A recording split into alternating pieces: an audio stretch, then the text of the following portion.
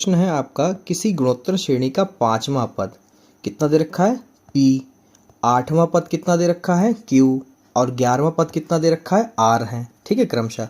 तो दिखाइए कि Q² बराबर आपका P इंटू S होगा। ठीक है, ये हमें सिद्ध करने वाला सवाल है बेटा। अब बहुत सरल है, कैसे करोगे आइए आपको बताते हैं।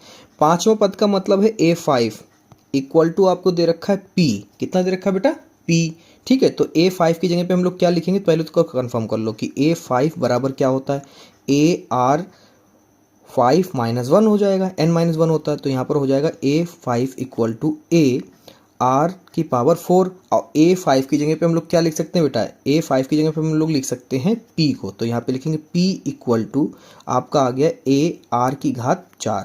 ये क्या आया है, P आया। ऐसे ही हम लोग क्या करेंगे, ऐसे ही हम लोग इसको फाइंड आउट कर लेंगे अगले टर्म को। अगला टर्म क्या है,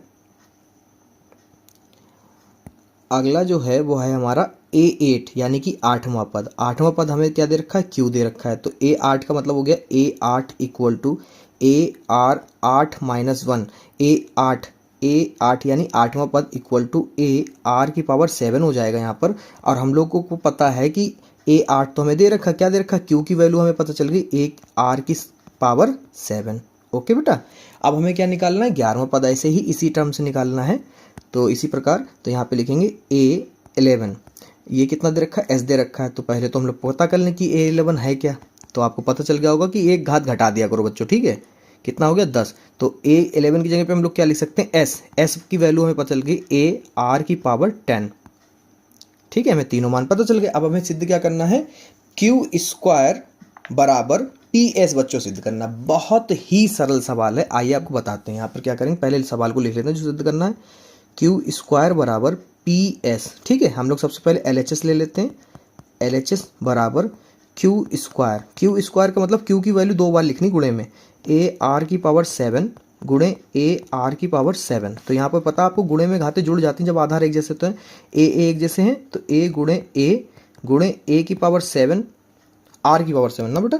यहाँ पर R⁴ तो ये हो गया R⁴ इंटू R⁴ ठीक है, गुणे में खाते जुड़ते हैं, जोड़ दो भाई, तो A की घात 2 R की घात 14। ठीक है, ये आया आपका LHS। ऐसे ही RHS सिद्ध करते हैं हम लोग, तो यहाँ पे लिखेंगे RHS हमारा है RHS इक्वल टू PS, क्या है PS। तो P की वैल्यू क्या है बेटा, AR⁴ और S की वैल्यू क्या है, AR⁴ इसी प्रकार जैसे अभी LHS किया था वैसे कर लो, A गुणे A एक बार में लिख दिए, पास पास में R को एक बार में लिख लिया। ठीक है, यहाँ पे हो गया A⁴ गुणे R⁴ कितनी हो गई, 14। कितनी होगी बेटा, 14। ओके, तो यहाँ पर हम लोग देख सकते हैं कि LHS और RHS क्या है, बिल्कुल बराबर है, तो हम लोग लिखेंगे LHS इक्वल टू RHS। क्या हो गया, प्रूव्ड हो गया।